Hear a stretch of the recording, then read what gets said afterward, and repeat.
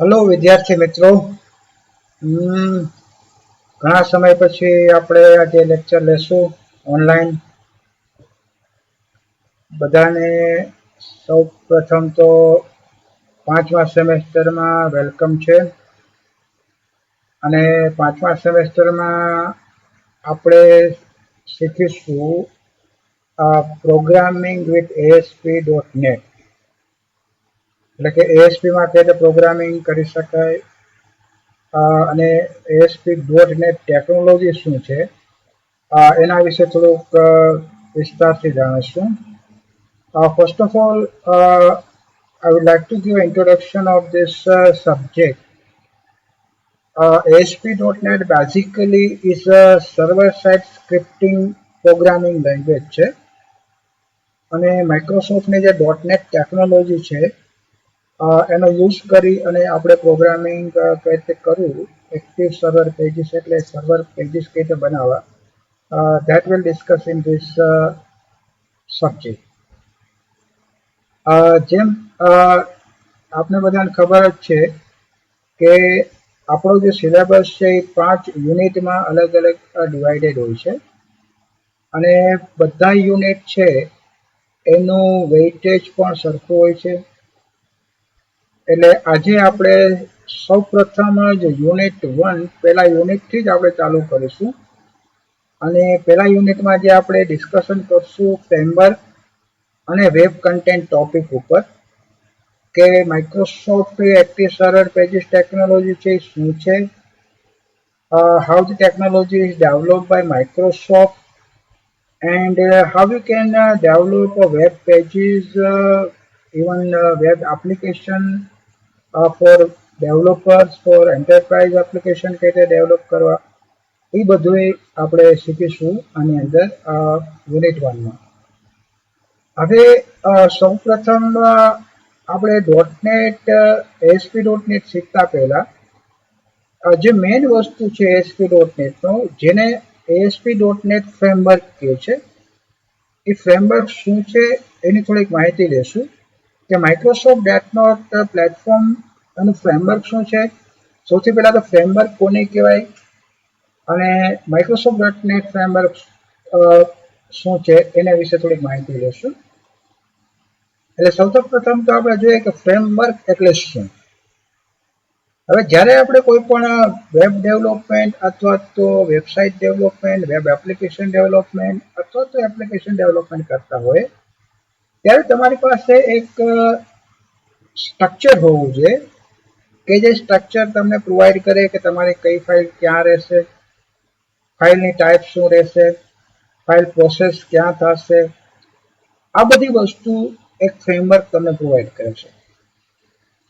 એટલે આપણે જો માઇક્રોસોફ્ટ .NET ફ્રેમવર્કની વાત કરીએ તો માઇક્રોસોફ્ટે શું કર્યું છે કે એને જેટલી પણ ટેકનોલોજીસ છે એ ટેકનોલોજીસને એક સાથે કમ્બાઈન કરી, જેમ કે વિઝ્યુઅલ બેઝિક છે, C# છે, ASP છે, આ બધાને એક સાથે કમ્બાઈન કરી અને કોમન ફ્રેમવર્ક ડિઝાઇન કર્યું છે જેને આપણે માઇક્રોસોફ્ટ .NET ફ્રેમવર્ક કહે છે. અને એ ફ્રેમવર્કની અંદર તમે અલગ અલગ લેંગ્વેજનો યુઝ કરી અને application development, web application development, website development કરી શકીએ છીએ આપણે. એટલે આનો એક મેઇન એડવાન્ટેજ એ છે કે ઘણી વખત ઘણા ડેવલપર, ઘણા પ્રોગ્રામર એવા હોય કે જેને ખાલી C# માં જ વર્ક કરવું હોય, ઘણા પ્રોગ્રામર એવા જેને VB માં જ વર્ક કરતા હોય, ઘણા પ્રોગ્રામર એવા જે જાવામાં ડેવલપ કરતા હોય. તો જાવામાં ડેવલપ કરવું તો મને જાવા શીખવું પડે, જાવા લેંગ્વેજ શીખવી પડે. વિઝ્યુઅલ બેઝિકમાં ડેવલપમેન્ટ કરતા હોય તો વિઝ્યુઅલ બેઝિક લેંગ્વેજ શીખવી પડે. C# માં ડેવલપમેન્ટ કરતા હોય તો C# લેંગ્વેજ શીખવી પડે.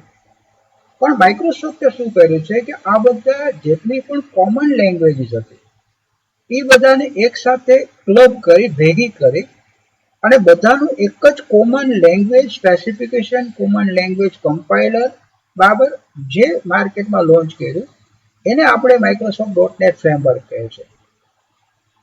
હવે ફ્રેમવર્ક કામ કઈ રીતે કરશે, જેમ અહીંયા આપણે સામે જોઈએ છે ડાયાગ્રામ કે જેમાં અલગ અલગ લેયર છે.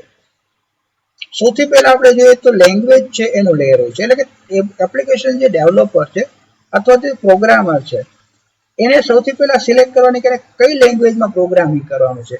જો એ વીબી પ્રોગ્રામર હોય તો વીબી લેંગ્વેજમાં પ્રોગ્રામ કે વેબસાઇટ ડેવલપ કરશે. જો એ સી શાર્પ ડેવલપર હોય તો સી શાર્પ લેંગ્વેજમાં એપ્લિકેશન અથવા તો વેબસાઇટ અથવા તો વેબ એપ્લિકેશન ડેવલપ કરશે. અથવા જો જાવામાં હોય તો એ જાવામાં ડેવલપ કરશે.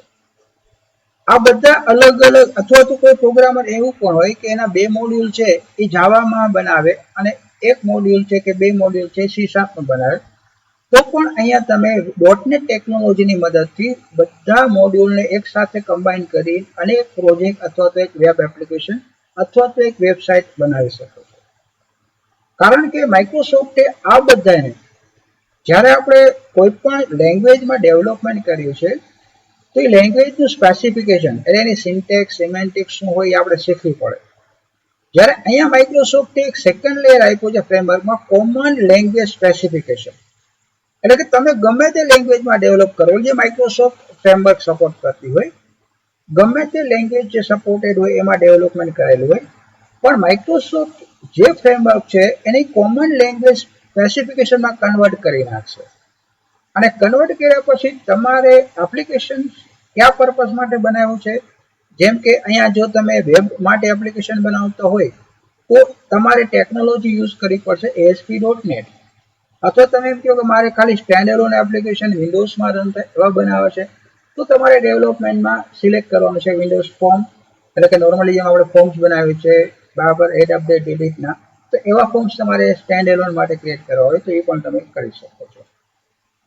આ સિવાય નેક્સ્ટ એક ત્રીજું લેયર છે કે જેની અંદર તમે કદાચ તમારે ડેટાબેઝ યુઝ કરી હોય તો ડેટાબેઝ, જેમ આપણે જાણીએ છીએ કે XML ફોર્મેટમાં પણ હોય છે, અથવા તો માઇક્રોસોફ્ટ છે બરાબર, એ એક ટેકનોલોજી પ્રોવાઈડ કરશે જેને ADO.NET કહે છે, એક્ટિવેક્સ ડેટાબેઝ ઓબ્જેક્ટ, કે જેની અંદર તમને અલગ અલગ ડેટાબેઝ જેમ કે SQL પણ હોય, SQL સર્વર પણ હોય, ઓરેકલ પણ હોય, તો આ બધી કનેક્ટિવિટી કરવા માટે તમને એક લેયર પ્રોવાઈડ કરશે જેને EADO.NET કહે છે, અથવા તો XML ફોર્મેટમાં તમે ડેટાબેઝ યુઝ કરી શકો.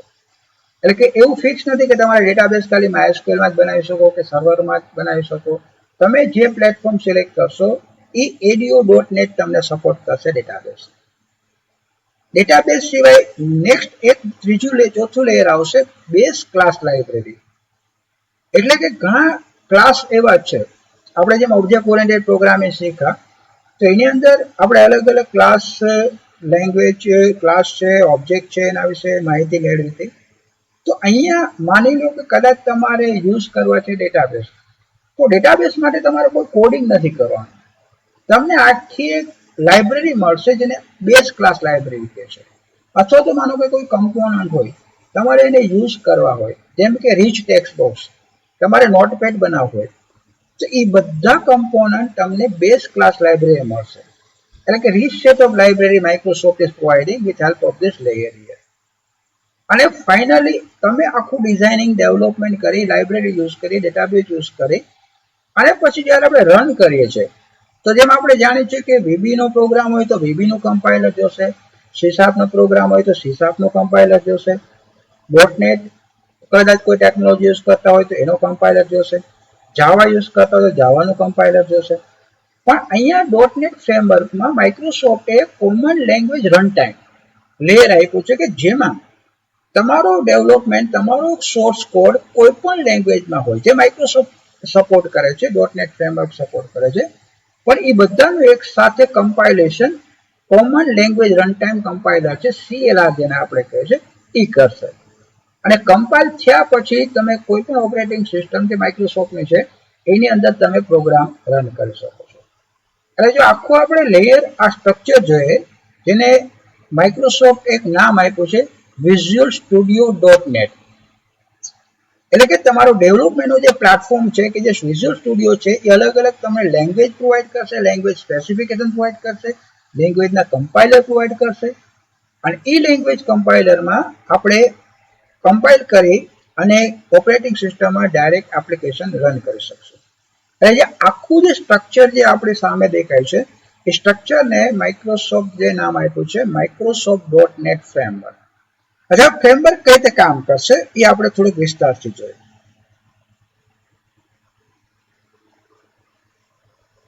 કે માઇક્રોસોફ્ટ જે ફ્રેમવર્ક છે એમાં આપણે સૌથી પહેલા જોયું કે 4 વસ્તુ જે મહત્વની છે. એક તો કોમન લેંગ્વેજ રન ટાઈમ, જેને CLR કહે છે. બીજું છે બેઝ ક્લાસ લાઇબ્રેરી, એટલે આપણે કોઈ કમ્પોનન્ટ યુઝ કરવા હોય તો એ કમ્પોનન્ટ માટે એક બિલ્ટ-ઇન લાઇબ્રેરી પણ આપશે માઇક્રોસોફ્ટ.net. પ્લસ તમારે ડેટાબેઝ યુઝ કરવી હોય તો એના માટે જેમ આપણે જોયું કે ADO.net તમને પ્રોવાઈડ કરશે કે જેમાં તમે અલગ અલગ ડેટાબેઝ ફોર્મેટ હોય કે SQL હોય, MySQL હોય, Oracle હોય, Sybase હોય, Ingress હોય, એ કોઈ પણ ડેટાબેઝને તમારી કનેક્ટિવિટી કરી શકો with help of ADO.net technology. આ સિવાય માનો કે આપણે કોઈ સ્ટેન્ડર્ડ એપ્લિકેશન બનાવવા હોય તો એના માટેના વેબ ફોર્મ્સ અને વિન ફોર્મ્સ. જો સ્ટેન્ડર્ડ એપ્લિકેશન હોય તો વિન ફોર્મ્સની ફેસિલિટી પણ આપશે, અને જો આપણે વેબસાઇટ અથવા તો વેબ એપ્લિકેશન બનાવવું હોય તો વેબ ફોર્મ અથવા તો વેબ સર્વિસીસ પણ આપણે બનાવી શકશું. હવે આ બધાને આપણે અલગ અલગ રીતે જોઈએ કે કઈ રીતે યુઝ થશે. સૌથી પહેલા આપણે ડિસ્કસ કરશું કોમન લેંગ્વેજ રન ટાઈમ, એટલે કે જેને CLR કહે છે. The common language runtime that provide a programming interface between Microsoft.NET Framework and programming language available for Microsoft.NET Framework. એટલે કે માની લો કે આપણે કદાચ એક સાથે એકથી વધુ લેંગ્વેજમાં કામ કરતા હોય કે એક મોડ્યુલ આપણે C# માં બનાવ્યું છે, એક મોડ્યુલ આપણે VB.NET માં બનાવ્યું છે, એક મોડ્યુલ જાવા બનાવ્યું છે, તો આ બધાને કમ્પાઇલ કઈ રીતે કરવા, આ બધાને એક્ઝિક્યુટ કરવા કઈ રીતે કરવા, એ બધાની માહિતી કોમન લેંગ્વેજ રન ટાઈમમાં હશે. જેમ અહીંયા આપણે છે કે code that target runtime is called manage code. જેમ આપણે આગળ પણ જોઈ ગયા હતા મેનેજ અને unmanage code. And manage code are simply means that they are defined contract of cooperation between natively executing code and runtime itself. એટલે કે જે મેનેજ કોડ હશે કે જે આપણે જે તે લેંગ્વેજમાં ડિઝાઇન કરેલા હશે કે આપણે લખેલા હશે, તો અહીંયા જે CLR છે એને જાવામાં લખેલા હશે તો જાવાના ફોર્મેટમાં એક્ઝિક્યુટ કરશે, C# માં લખેલા હશે C# ના ફોર્મેટમાં એક્ઝિક્યુટ કરશે. આના પછી જે બીજું આવે છે કમ્પોનન્ટ બેઝ ક્લાસ લાઇબ્રેરી, જેને BCL પણ કહે છે. And then Microsoft framework include classes that encapsulate data structure and perform input and output, provide access to information about loaded class. એટલે કે અહીંયા રીચ સેટઅપ લાઇબ્રેરી, માનો કે આપણે કોઈ કમ્પોનન્ટ યુઝ કરવા હોય, જેમ આપણે વાત કરીએ રીચ ટેક્સ્ટ બોક્સ યુઝ કરવું હોય અથવા તો કોઈ બીજા કોઈ કમ્પોનન્ટ ડિઝાઇનિંગ માટે યુઝ કરવા હોય, બરાબર, SQL સર્વર કનેક્ટિવિટી કરી હોય, તો આ બધા માટે બરાબર readymade class, built in class BCL લાઇબ્રેરીમાં આપણને મળશે કે જ્યાં આપણે ખાલી ક્લાસને કોલ કરી ઓબ્જેક્ટ કરી ડિરાઇવ કરી અને ડાયરેક્ટલી આપણે એને યુઝ કરી શકશું. એટલે આપણે કોઈ કોડિંગ કરવાની જરૂર નથી, ડાયરેક્ટલી બધા ક્લાસ જે છે બરાબર, જે રીચ ક્લાસ જે આપણે કહે છે બેઝ ક્લાસ લાઇબ્રેરીના, એ આપણે ડાયરેક્ટ યુઝ કરી શકશું. તો આનાથી એક ફાયદો એ થશે કે પ્રોગ્રામરે કોડિંગ કરવાની જરૂર નથી. જેમાં આપણે માનો કે ટેક્સ્ટ બોક્સ બનાવવું હોય અથવા પિક્ચર માટેનું કોઈ બોક્સ પિક્ચર ડિસ્પ્લે થયું બનાવવું હોય તો એના માટે આપણે કોઈ કોડિંગ કરવાનું નથી, બિલ્ટ-ઇન ક્લાસ ખાલી યુઝ કરી અને એનું ઇન્સ્ટન્સ બનાવી અને ડિરાઇવ કરી અને આપણે યુઝ કરી શકશું. આ સિવાય જેમ આપણે વાત કરી ડેટા, તો ડેટાબેઝ માટે પણ માઇક્રોસોફ્ટે ADO.NET ટેકનોલોજી જે આપણે કહે છે ActiveX Database Object, કે જે technology which provide improved support from disconnected programming model and also provide rich extensible markup language XML. અહીંયા એક વર્ડ આપણે યુઝ કર્યું છે ડિસ્કનેક્ટેડ પ્રોગ્રામિંગ મોડલ. એટલે કે આ જે ADO.NET ના કમ્પોનન્ટ હશે એ આપણને બે રીતે કનેક્ટિવિટી પ્રોવાઈડ કરશે. એક તો કનેક્શન ઓરિએન્ટેડ આર્કિટેક્ચર જેને આપણે કહે છે, બીજું આપણે ડિસ્કનેક્ટેડ ઓરિએન્ટેડ અથવા તો ડિસ્કનેક્ટેડ આર્કિટેક્ચર પણ કહે છે, કે જેની અંદર આપણે ખાલી ActiveX ડેટાબેઝના ઓબ્જેક્ટ યુઝ કરી ડેટાબેઝ સાથે કનેક્ટિવિટી કરી ડેટા ફેચ કરી અને આપણે ડાયરેક્ટલી યુઝ કરી શકીશું. અને જેના માટે માઇક્રોસોફ્ટ.NET આપણને XML ફોર્મેટ સપોર્ટ પણ પ્રોવાઈડ કરે છે કે જો તમારે ડેટાબેઝને XML ફોર્મેટમાં યુઝ કરી હોય એપ્લિકેશન્સની અંદર અથવા તો વેબ પ્રોગ્રામિંગ્સની અંદર, તો આપણે ડાયરેક્ટલી યુઝ કરી શકીશું with help of the ADO.NET technology. આ સિવાય આપણે જો વેબ ફોર્મ્સ એટલે કે જેમ આપણે વેબસાઇટ બનાવતો હોય તો અલગ અલગ આપણે ફોર્મ્સ બનાવીએ છીએ, જેમ આપણે ડેટા એક્સેપ્ટ કરવા માટે, ડિસ્પ્લે કરવા માટે, એડિટ કરવા માટે. તો અહીંયા આપણે ASP.NET programming framework that provide a common language runtime.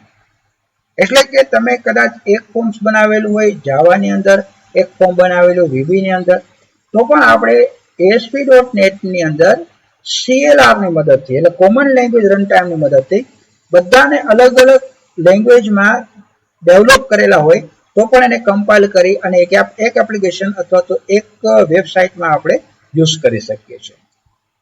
આ સિવાય છે કદાચ માનો કે આપણે વેબ ફોર્મ્સ ની બદલે સ્ટેન્ડઅલોન એપ્લિકેશન બનાવવો હોય, એટલે કે જે વિન્ડોઝ ની અંદર રન થાય ડાયરેક્ટલી, જેને આપણે exe કહીએ છીએ, તો આવા એપ્લિકેશન માટે પણ .NET ફ્રેમવર્ક આપણે પ્રોવાઈડ કરે છે WinForms.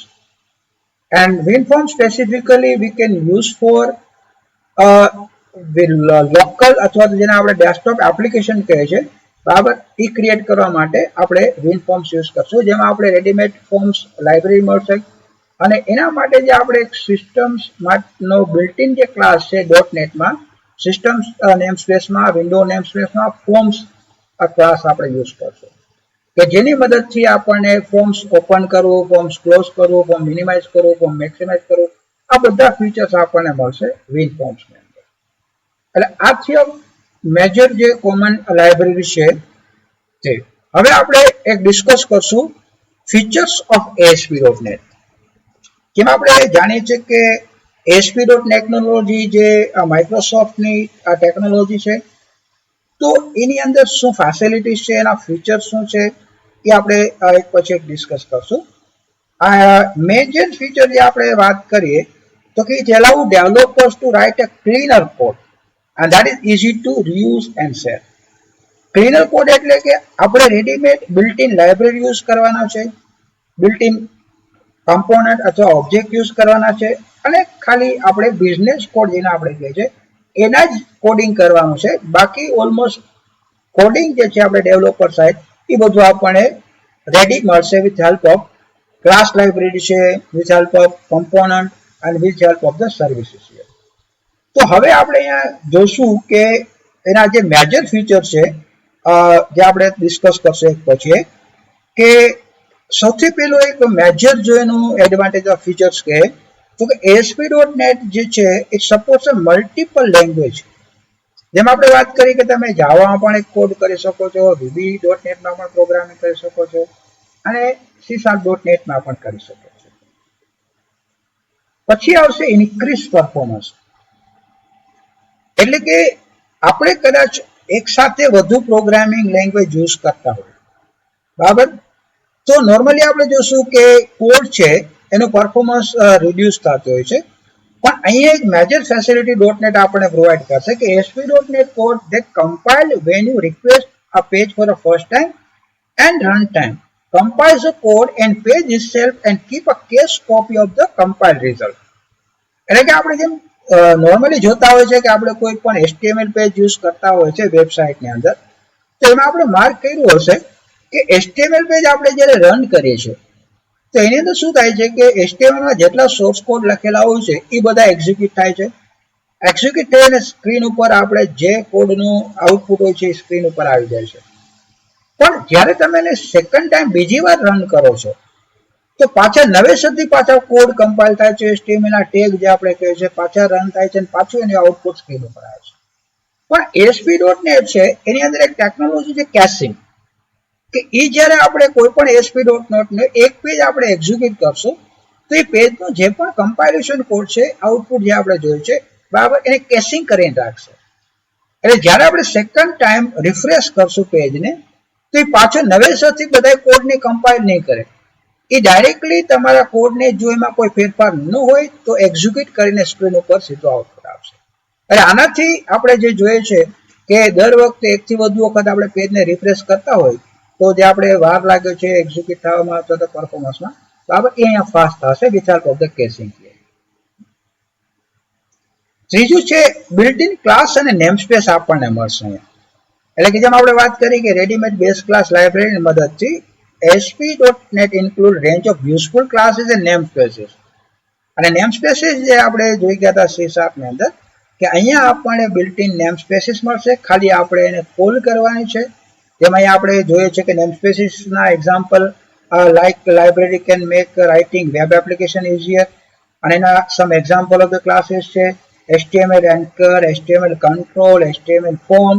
આ બધી નેમ સ્પેસીસ કે આપણે માનો કે HTML ફોર્મ્સ ક્રિએટ કરવા હોય તો એના માટે સીધી નેમ સ્પેસ આપણે સિસ્ટમમાંથી .html ફોર્મ્સ નેમ સ્પેસમાંથી સીધા ક્લાસ યુઝ કરી શકશું. બીજું એક મહત્વનું છે સર્વર કંટ્રોલ. કારણ કે આપણે જેમ વાત કરી કે ASP.NET એનું નામ જ છે એક્ટિવ સર્વર પેજીસ, એટલે કે જે પેજીસ આપણે ક્રિએટ કરશું, જે સ્ક્રિપ્ટ હશે એ સર્વર સાઇડ એક્ઝિક્યુટ થશે. એટલે માટે જ આપણે જોયું છે કે ASP.NET provides several server controller and that simplify the task creating pages here. એટલે આપણે અહીંયા સર્વર સાઇડના જે કોમન કંટ્રોલર હોય છે બરાબર, વેલિડેશન માટેના, ઇનપુટ માટેના, જેમ આપણે માનો કે યુઝર કોઈ ઇનપુટ કરે તો આપણે બે રીતે વેલિડેશન કરાવી શકીએ. તો ક્લાયન્ટ સાઇડ વેલિડેશન થાય છે, બીજું સર્વર સાઇડ વેલિડેશન થાય કે નેમ છે એ પરફેક્ટ છે, ઈમેલ એડ્રેસ છે, મોબાઈલ છે, જેમ આપણે વેલિડેશન સેટ કરાવતા હોય છે. તો એ સર્વર સાઇડ પણ હશે અને ક્લાયન્ટ સાઇડ પણ તમે કરાવી શકશો બરાબર. એટલે સર્વર સાઇડ હશે it becomes very faster and it is also secure here. And this is one of the also feature of ASP.NET here. પછી આવશે વેબ સર્વિસીસ. એટલે કે જેમ આપણે યુઝ કરીએ છીએ વેબસાઇટ અથવા વેબ એપ્લિકેશન, તો એના માટે આપણે કોઈ વેબ સર્વિસીસ યુઝ ક્રિએટ કરી હોય કે જે અલગ અલગ આપણે એપ્લિકેશનમાં યુઝ કરી હોય, તો આપણે એક વખત વેબ સર્વિસ ક્રિએટ કરી અને એને અલગ અલગ એપ્લિકેશનમાં આપણે કોલ કરી શકીએ છીએ. Web services and application deliver as a service and that can be integrated with other and web services by using internet standard, and ASP.NET is also allowing to create a web services.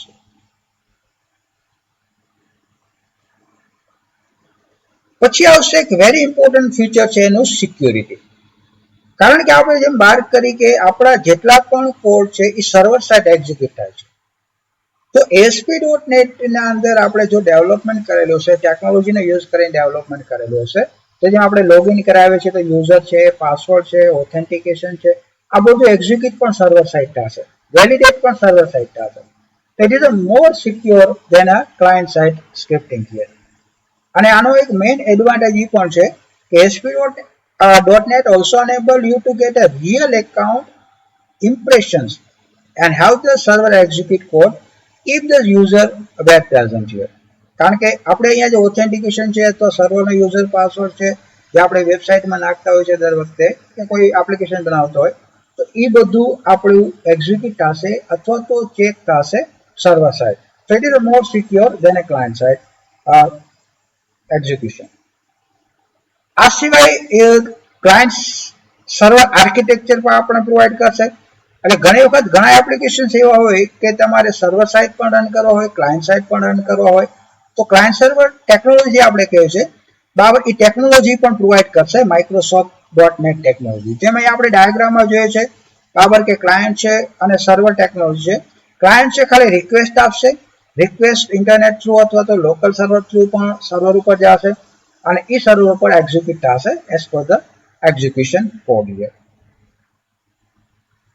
તો એના માટે આપણે અહીંયા ASP.NET technology છે એની અંદર આપણે web servers use કરી www બરાબર યુઝ કરી અને એની અંદર પણ આપણે ASP.NET ટેકનોલોજીનો યુઝ કરી શકીશું.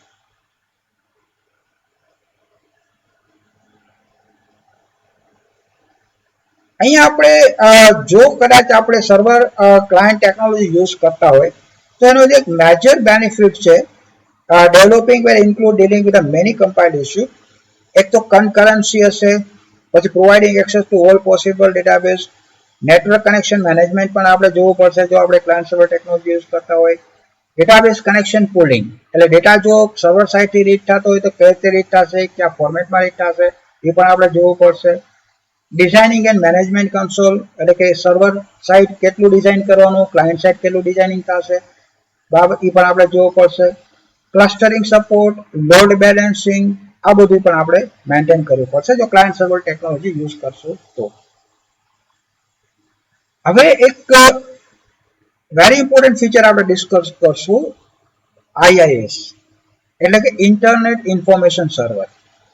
કારણ કે જો આપણે ASP.NET ટેકનોલોજી યુઝ કરતા હશું તો જેમ આપણે આગળ માર્ક કર્યું કે ASP.NET ટેકનોલોજી છે એ સર્વર સાઇડ એક્ઝિક્યુટ થશે આપણા કોડ, તો તમારે સર્વર કન્ફિગર અથવા સર્વર ક્રિએટ કરવું પડશે અને એના માટે માઇક્રોસોફ્ટ છે બરાબર એ એક સર્વર આપણને સર્વિસ પ્રોવાઈડ કરશે જેનું નામ છે ઇન્ટરનેટ ઇન્ફોર્મેશન સર્વર IIS, જેની અંદર આપણે એક્ટિવ સર્વર પેજીસના જેટલા પણ કોડ છે અથવા જેટલા પેજીસ હશે એ બધા આપણે એક્ઝિક્યુશન કરાવશું, મેનેજ કરશું, રન કરશું with help of the IIS.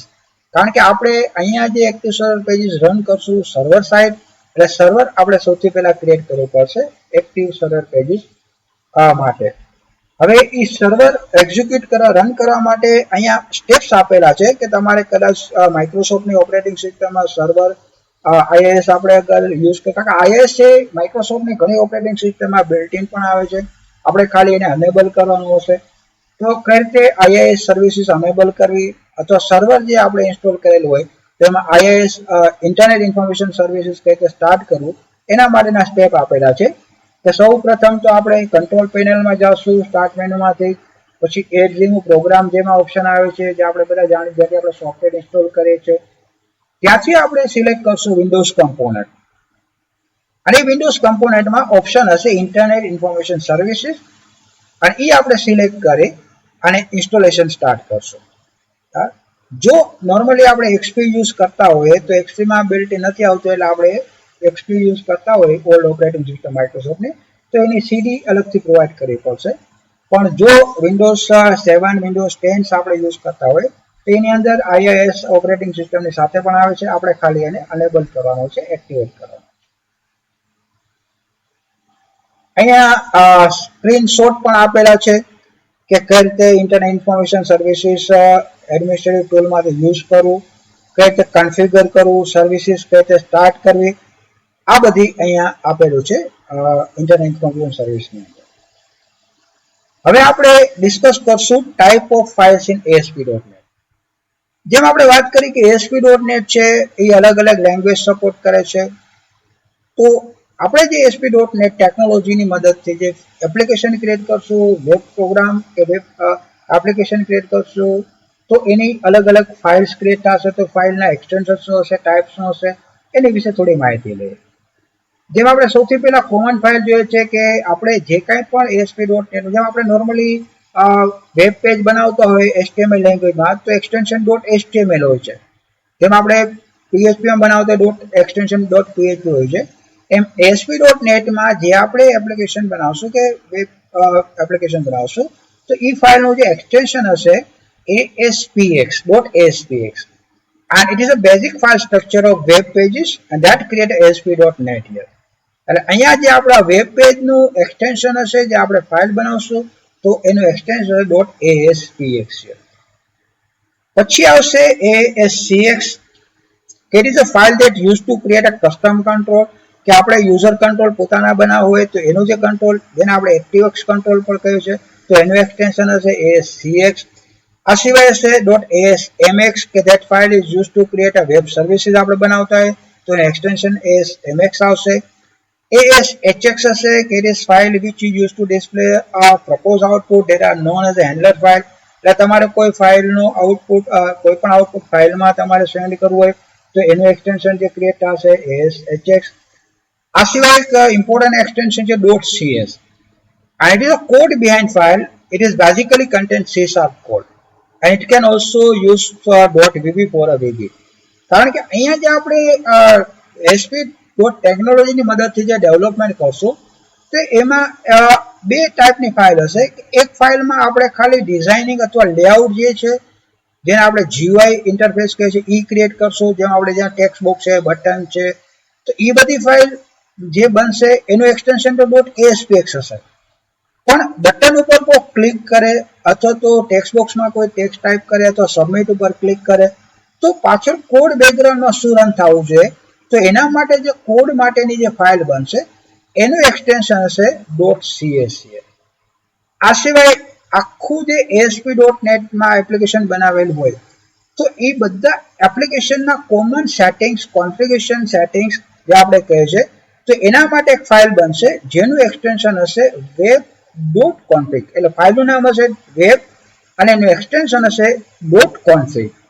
And it is an XML based configuration file. It includes a various settings for customizing security, state management, memory management and other services. અને છેલ્લું જે extension હશે global.asax કે જો આપણે આપણું web page છે internet ઉપર, સર્વર ઉપર અથવા તો હોસ્ટિંગ કરતા હોય તો એના માટે આપણે કોમન સેટિંગ્સ જે વેબ સર્વર માટેના મૂકશું તો એના ફાઇલનું એક્સટેન્શન હશે ASAX. આટલું આપણું આજે ફર્સ્ટ યુનિટમાં રાખશું. હવે બાકીનું જે આગળ આપણે ડિસ્કસ કરશું સેકન્ડ યુનિટમાં types of control in ASP.NET.